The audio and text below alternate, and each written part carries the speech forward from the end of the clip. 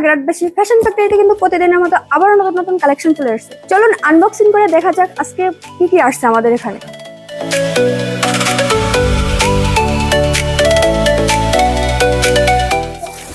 চলে এসেছে কিন্তু প্রথমেই ছেলেদের ট্রাউজার। চলুন দেখা যাক এর ভিতরে কি কি কালার ও সাইজ কি কি আসছে।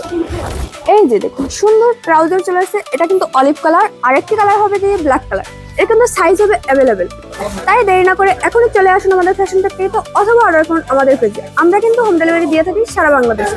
এরপরে কিন্তু থাকছে ছেলেদের কার্গো প্যান্ট। চলুন দেখা যাক কি কি কালার ও সাইজ আসছে কি কি।